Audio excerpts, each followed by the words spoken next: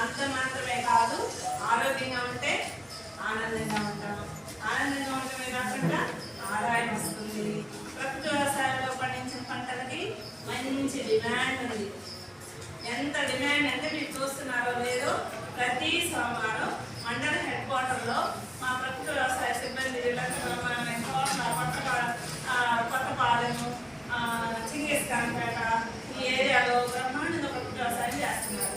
అట్లా అక్కడ కోటేశ్వరం గారు చూసారా, ఆవిడ ఎంత బాగా చేస్తుందంటే, ఆవిడ ఎంత అసలు మొత్తం నిరీక్షించే ప్రకృతి వ్యవసాయం బ్రహ్మాండంగా వస్తారు.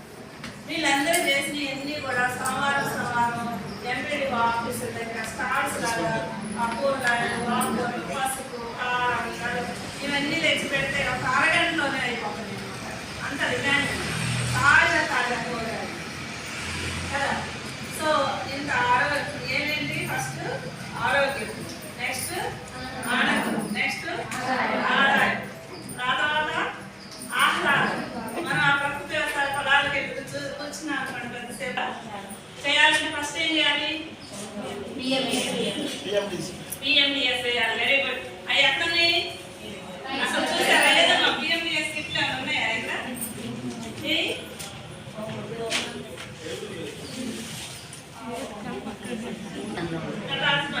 చూడండి, పిఎండిఎస్ ఎన్ని రకాలు ఇస్తున్నారు మొత్తం. ఇప్పుడు మనం చెప్పిన పప్పు దినుసులు, నూనె గింజలు, చిరుధాన్యాలు, మరి అట్లాగే పచ్చిరొట్ట పైసలు, ఆకుకూరలు, విత్తనాలు అన్నీ కలిపి ఈ విధంగా మన ప్రకృతి వ్యవసాయ సిబ్బంది కిట్ తయారు చేస్తున్నారు. ఈ కిట్ రైతు భరోసా కేంద్రాల్లో అందుబాటులో ఉంచుతారు. మనకి ఇక్కడ ఈ జిల్లాలో 132 గ్రామ పంచాయతీల్లో ప్రకృతి వ్యవసాయం జరుగుతుంది.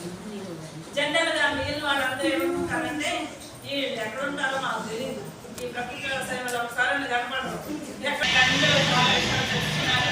ఇంకా దీనిలో చాలా విషయాలు ఉన్నాయి. ఆ మిగిలిన వాటిలో కొన్ని విషయాలు ఈరోజు చర్చించుకోవడానికి మనకి రాష్ట్ర కార్యాలయం శ్రీనివాస్ గారు, సీనియర్ థెమాటిక్ లీడ్ వాళ్ళు వచ్చినారు, వాళ్ళు మాట్లాడతారు. మరి మీరు అందరూ శ్రద్ధగా అందరికీ నా ధన్యవాదాలు.